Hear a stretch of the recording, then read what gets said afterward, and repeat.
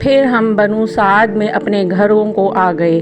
مجھے معلوم نہیں کہ اللہ کی روئے زمین کا کوئی خطہ ہمارے علاقے سے زیادہ قحط زدہ تھا، لیکن ہماری واپسی کے بعد میری بکریاں چرنے جاتی تو آسودہ حال اور دودھ سے بھرپور واپس آتی۔ ہم دوہتے اور پیتے، جبکہ کسی اور انسان کو دودھ کا ایک قطرہ بھی نصیب نہ ہوتا۔ ان کے جانوروں کے تھنوں میں دودھ سرے سے رہتا ہی نہ تھا، حتیٰ کہ ہمارے قوم کے شہری اپنے چرواہوں سے کہتے کہ کم بختوں، جانور وہیں چرانے لے جایا کرو جہاں ابو ذؤیب کی بیٹی کا چرواہا لے جاتا ہے، لیکن تب بھی ان کی بکریاں بھوکی واپس آتی، ان کے اندر ایک قطرہ دودھ نہ رہتا، جبکہ میری بکریاں آسودہ اور دودھ سے بھرپور پلٹتی۔ اس طرح ہم اللہ کی طرف سے مسلسل اضافے اور خیر کا مشاہدہ کرتے رہے، یہاں تک کہ اس بچے کے 2 سال پورے ہو گئے اور میں نے دودھ چھڑا دیا۔ یہ بچہ میرے دوسرے بچوں کے مقابلے میں اس طرح بڑھ رہا تھا کہ 2 سال پورے ہوتے ہوتے وہ کڑا اور گٹھیلا ہو چلا۔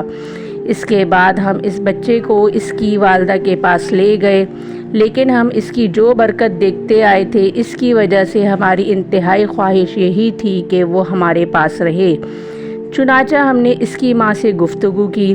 میں نے کہا، کیوں نہ آپ اپنے بچے کو میرے پاس ہی رہنے دیں کہ ذرا مضبوط ہو جائے، کیونکہ مجھے اس کے متعلق مکہ کی وبا کا خطرہ ہے۔ غرض ہمارے مسلسل اصرار پر انہوں نے بچہ ہمیں واپس دے دیا۔ واقعہ شق صدر۔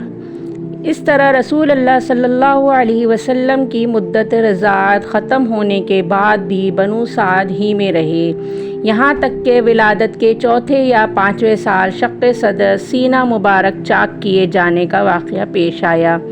اس کی تفصیل یہ ہے کہ رسول اللہ صلی اللہ علیہ وسلم کے پاس حضرت جبرائیل علیہ السلام تشریف لائے۔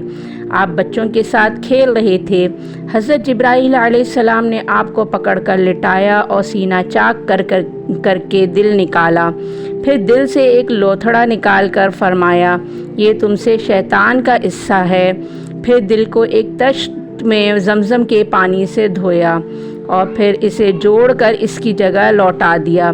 ادھر بچے دوڑ کر آپ صلی اللہ علیہ وسلم کی ماں یعنی دایا کے پاس پہنچے اور کہنے لگے، محمد قتل کر دیا گیا۔ ان کے گھر کے لوگ جھٹ پٹ پہنچے، دیکھا تو آپ کا رنگ اترا ہوا تھا۔ اس واقعے کے بعد حلیمہ رضی اللہ تعالیٰ عنہا کو خطرہ محسوس ہوا اور انہوں نے آپ کو ماں کے حوالے کر دیا۔ چنانچہ آپ 6 سال تک کی عمر تک والدہ ہی کی آغوش محبت میں رہے۔ ادھر حضرت آمنہ کا ارادہ ہوا کہ وہ اپنے متوفی شوہر کی یاد وفا میں یثرب جا کر ان کی قبر کی زیارت کریں۔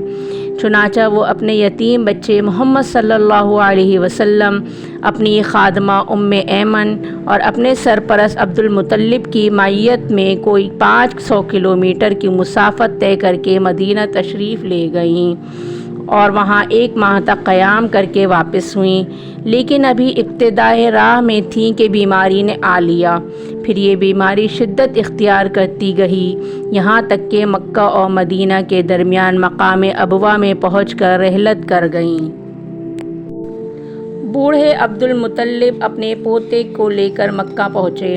ان کا دل اپنے اس یتیم پوتے کی محبت اور شفقت کے جذبات سے تپ رہا تھا، کیونکہ اب ایک نیا چرکا لگا تھا جس نے پرانے زخم کریت دیے تھے۔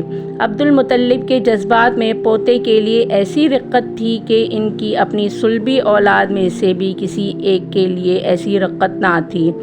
چنانچہ قسمت نے آپ کو تنہائی کے جس صحرا میں لا کھڑا کیا تھا، عبد المطلب اس میں آپ کو تنہا چھوڑنے کے لیے تیار نہ تھے، بلکہ آپ کو اپنی اولاد سے بھی بڑھ کر چاہتے اور بڑوں کی طرح ان کا احترام کرتے تھے۔ عبد المطلب کے لیے خانہ کعبہ کے سائے میں فرش بچھایا جاتا، ان کے سارے لڑکے فرش کے ارد گرد بیٹھ جاتے۔ عبد المطلب تشریف لاتے تو فرش پر بیٹھتے۔ ان کی عظمت کے پیش نظر ان کا کوئی لڑکا فرش پر نہ بیٹھتا، لیکن رسول اللہ صلی اللہ علیہ وسلم تشریف لاتے تو فرش ہی پر بیٹھ جاتے۔ ابھی آپ کم عمر بچے تھے۔ آپ صلی اللہ علیہ وسلم کے چچا حضرات آپ صلی اللہ علیہ وسلم کو پکڑ کر اتار دیتے۔ لیکن جب عبد المطلب انہیں ایسا کرتے دیکھتے تو فرماتے، میرے اس بیٹے کو چھوڑ دو، بخدا اس کی شان نرالی ہے۔